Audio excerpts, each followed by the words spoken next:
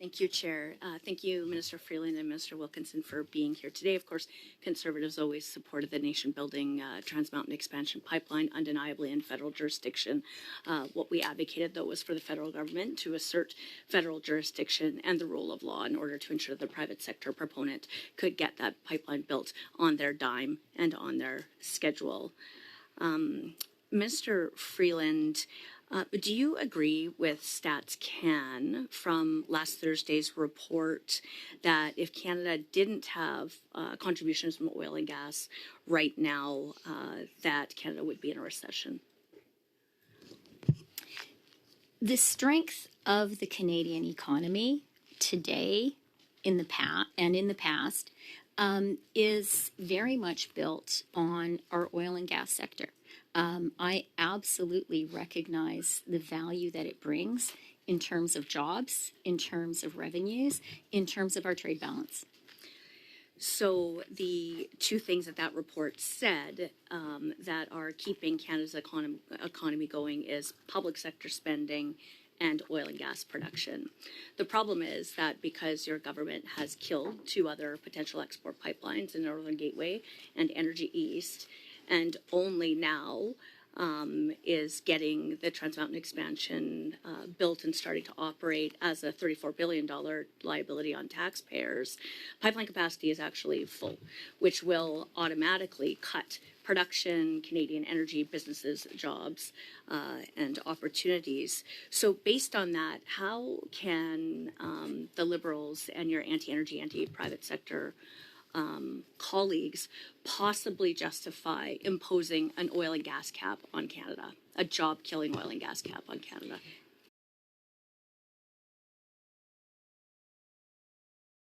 I'm going to start answering the question, and Minister Wilkinson may want to offer some thoughts. Look, I do think that in the areas where it's possible for everyone in this committee and everyone in our House to agree, we should. And I think that it is really meaningful and actually great that we have completed a nation-building project that both Rachel Notley and Danielle Smith support. That is a good thing for Canada. I also absolutely agree, as do all economists, that oil and gas is an important part of Canada's economy. Having said that, my question was it is absolutely inappropriate for Conservatives to criticize our government when it comes to pipelines. We got a pipeline built to Tidewater. Conservatives did not. That is the reality. This is a nation-building project. I think there was in the Calgary Herald. There was a senior Alberta energy leader talked about this as a nation-building project, and it was our government that got it because of your lack of getting pipelines done. Does it self-impose a job-killing oil and gas cap on itself? The United States does it? The key question here is who got a pipeline built and who didn't. So and the answer is that our government built. It's a nation-building project that is contributing meaningfully to our national prosperity and to good wages for Canadian workers. I think that is a record I am proud to stand on. Okay. I'm happy to answer the question about the emissions cap. The emissions cap has not actually been announced to date, but it is both an important part of reducing carbon emissions in line with what science tells us we must. Can I ask you to hold 1 sec? We have a point of order. Go ahead, Mr. Falk, on a point of order. Member Stubbs specifically asked the question to Minister Freeland, and I think it would only be appropriate and proper for Minister Freeland to answer the question and not Minister Wilkinson. I would say that the emissions cap actually falls within my area of authority. And sorry, Minister, Mr. Falk, I'm going to ask you to hold a sec. To address your point of order, procedurally, a question was asked to Minister Freeland, but the emissions cap does fall under Minister Wilkinson's mandate and jurisdiction. So if you want a specific question on that, I think that is appropriate for Minister Wilkinson to answer. But, I will go back to Ms. Stubbs because it is her time to ask the questions. But I would this is a good reminder for committee members, if you ask a question, allow the ministers to answer. so they can give a fulsome answer to the question asked. So, Ms. Stubbs, I'm going to go back to you, and if you'd like to direct that question Thanks, Chair, and I certainly will when the question is actually answered. So, Minister Wilkinson, can you confirm whether or not Canada's biggest competitor and customer, the United States, whether the OPEC producers, Canada's biggest competitors in hostile regimes, whether Mexico, Canada's North American competitor, whether Norway, whether European countries, whether countries in South Africa or South America impose on themselves a job-killing oil and gas emissions cap? Can you confirm? Well, it is a cap that is actually intended to drive employment in oil and gas producing areas in this country. There will be thousands and thousands and thousands of jobs created because of the initiatives around carbon capture and sequestration, the implementation of methane reductions.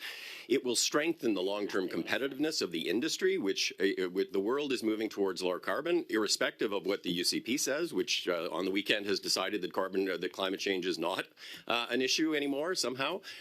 It is something that actually will help us to reduce emissions. No sector gets a pass, but it also is going to strengthen the competitiveness and create jobs and economic opportunity in Alberta, Saskatchewan, British Columbia, and Newfoundland and Labrador. And in truth, European countries are all backing away actually from these policies because they're causing unreliable and too expensive.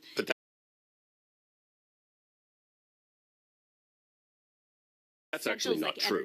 That's not true. It is absolutely It is not true. If you actually watch what the rest of the country is doing. It is not true. And the truth is that there is no other oil and gas producing country on Earth. You just talked about Europe. Europe is actually doubling down on the energy transition because it's both an energy security and a climate issue. And Sweden has announced a suspension of all activities towards their goal. Ms. Stubbs, I'll ask you to hold. We have a point of order. Go ahead. Just for the sake of translators, we have two people. Minister and the person who's asking the question, Ms. Topp, talking of each other. I'm just, aside from allowing the minister to respond or the question to be finished, I'm worried about the translators. Yeah, thank you, Mr. Jawari. It's a very good point on a point of order that you've raised. Colleagues speaking over each other does not make the jobs of our interpreters any easier. It makes it much more difficult. So I'll address you, sir, in 1 second. So I would ask Ms. Stubbs, with your time, to ask the question, but also allow the minister to have time to answer the question, reasonably in a reasonable amount of time. And I hope that addresses your concern and the concerns of this committee member as well. Mr. Howland, on a point of order. Thank you, Chair. I agree with my colleague, Mr. Jawari, about showing respect for our interpreters, but I hope, Chair, that you would see in the last exchange, Ms. Stubbs actually had not gotten to her question, and it was the minister that interrupted her. And I would also ask the minister to please respect the interpreters and let Ms. Stubbs finish before he attempts to answer the question. Thank you, Mr. Howland, for providing that and agreeing with Mr. Jawari. I just will say that Minister Wilkinson was interrupted as well through providing his answer, so it goes several ways. I would ask all colleagues to ask and allow an answer from the minister.